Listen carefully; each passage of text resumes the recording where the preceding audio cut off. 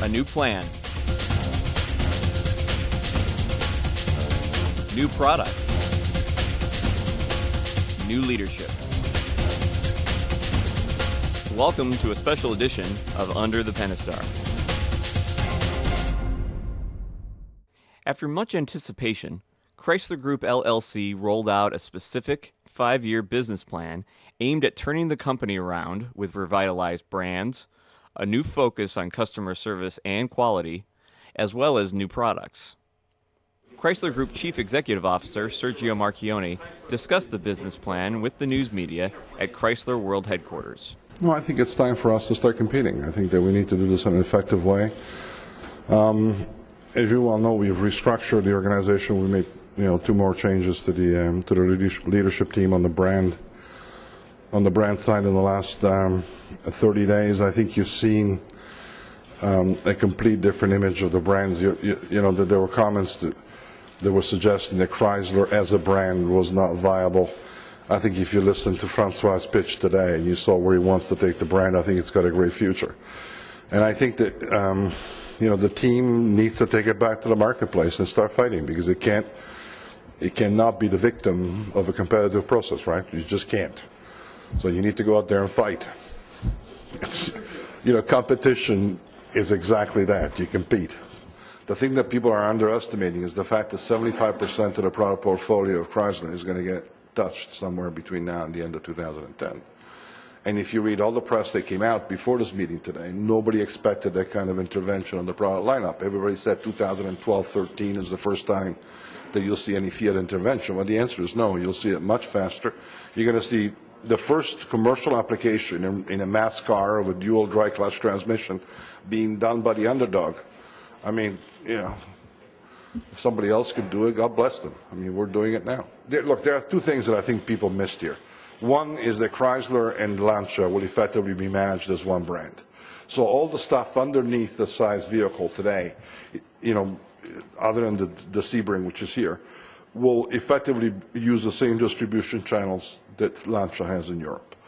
And so that's going to help a lot, because it's going to turn Lancia is defective because it is not a full liner, and Chrysler is defective because it is not a full liner. It doesn't have a viable C-segment car. All these things, uniting these 2 brands, Lancia and Chrysler, and effectively creating one brand out of it. Forget about which way I badge it in Italy, which may be a particular issue. That is going to create another full liner, both within Fiat and within Chrysler. Ultimately, when we finish with this exercise, we're going to end up with a world from an architectural standpoint that divides the world into 2 parts.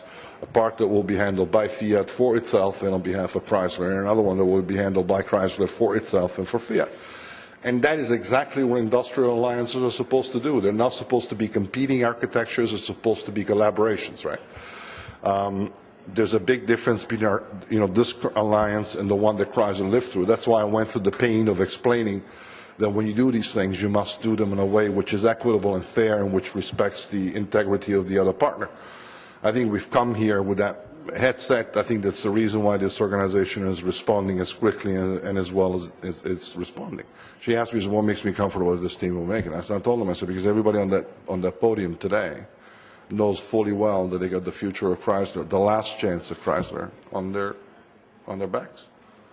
And we're not going to go back for more money, and if we screw this up, it's ours, right? I mean, you own it, 100%. All the initiatives that you heard about the customer care initiatives, the support that we're providing to our buyers, this is an organization which has gone from where it was to being incredibly customer focused. And if there are any issues, then Chrysler will stand behind these products and provide absolute comfort to the buyer that effectively these cars are up to the snuff. I mean, it's just that simple. I think that we need to rely on what you heard today, and what you saw in some of the images was the beginning of an incredible, by our standards, incredibly intensive marketing campaign to reestablish the viability of these brands, and it needs to get done. And the consumer, at the end of the day, now knows that Chrysler, one, is not dead, secondly, that it's coming back, and that at least it should be looked at because of the fact that it's offering a number of brand attributes that are not available anywhere else. This has been a special edition of Under the Pentastar. For Chrysler Communications, I'm Scott Anderson.